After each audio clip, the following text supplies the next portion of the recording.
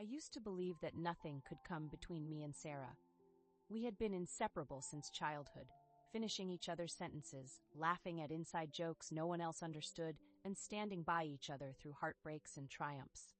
People called us soul sisters, and for the longest time, I thought they were right. But as we grew older, subtle changes began creeping in. Unspoken tensions, small resentments, moments of silence where laughter used to be. I should have seen it then, how jealousy and mistrust were slowly infecting what we had built. But I was blind, too caught up in pretending everything was the same. Then came the moment that shattered my illusion. Sarah landed her dream job at a prestigious firm, one that I had secretly been eyeing for years. I plastered on a smile, congratulated her, and told her she deserved it. But deep inside, a dark thought whispered, "Why not me?" I wanted to be happy for Sarah, truly. But the more I forced myself to smile, the more it felt like my heart was sinking. I had worked just as hard, maybe harder, yet she was the one who got the opportunity we both dreamed of. I told myself it was just a fluke, that my chance would come too, but a small voice inside whispered, "She's always been the lucky one, hasn't she?" The change in our friendship was subtle at first.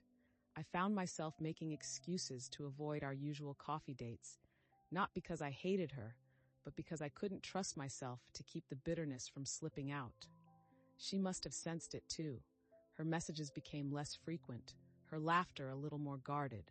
For the first time in years, silence stretched between us like a wall we couldn't break through. Sarah's success became a shadow that followed me everywhere.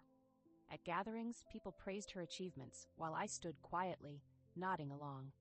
"You must be so proud of her," they said, assuming my silence was admiration, not frustration. The worst part? Sarah never rubbed it in. She never bragged, never gloated.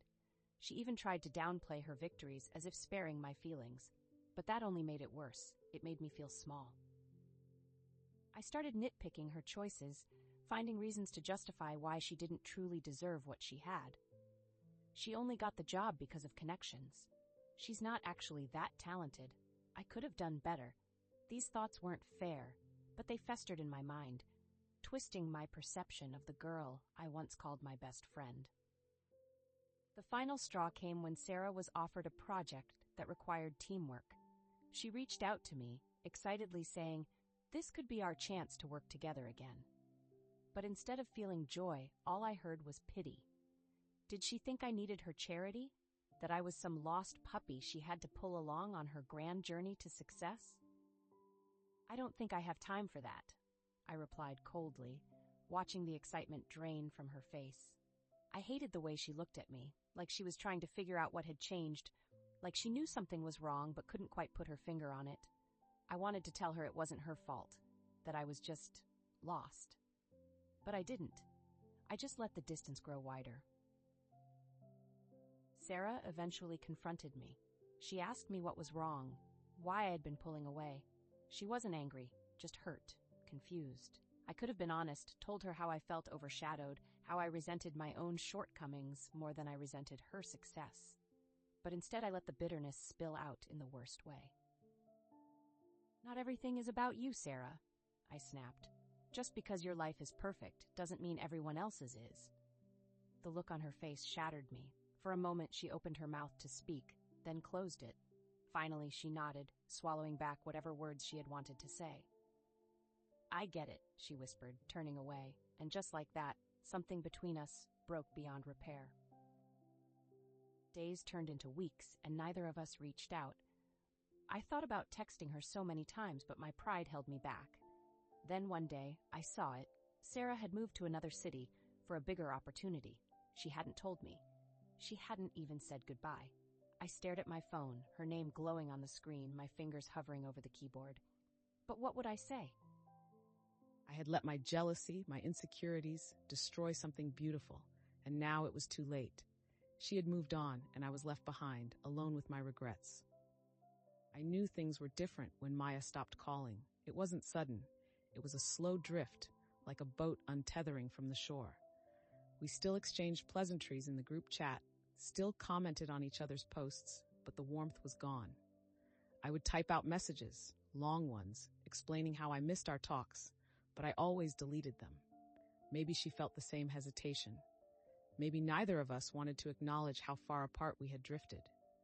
It wasn't just about the competition anymore. It was the resentment, the quiet comparisons, the unspoken tension that neither of us admitted.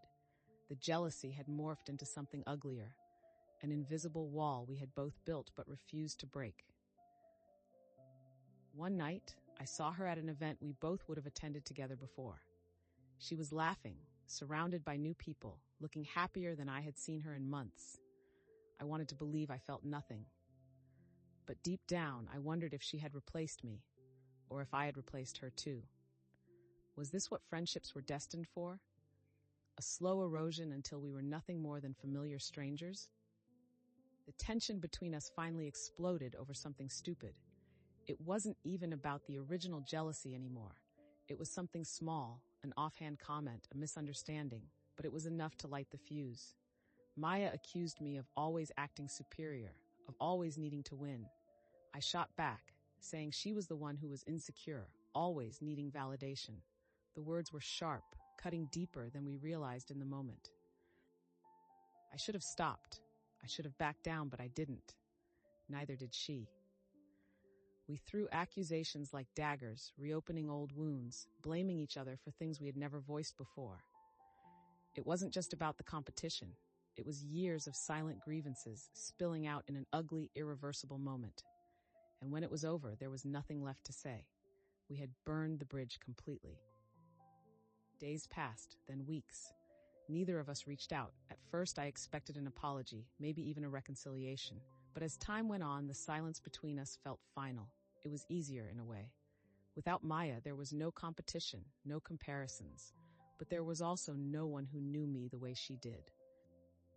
I scrolled through old pictures one night, seeing us smiling, arms around each other before things had soured, before jealousy had crept in and ruined everything.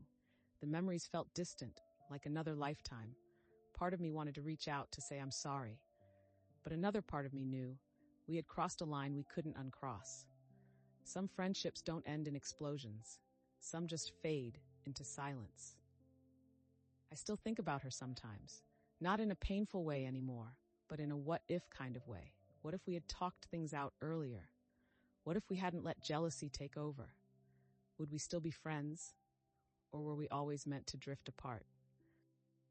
I don't have the answers. All I know is that I've learned something. Sometimes the things we envy in others are reflections of our own insecurities. And sometimes holding on to competition too tightly makes us lose sight of what truly matters. I can't change what happened with Maya, but I can change how I approach friendships moving forward. I can choose trust over comparison. I can choose honesty over silent resentment. And maybe, just maybe, that will make all the difference.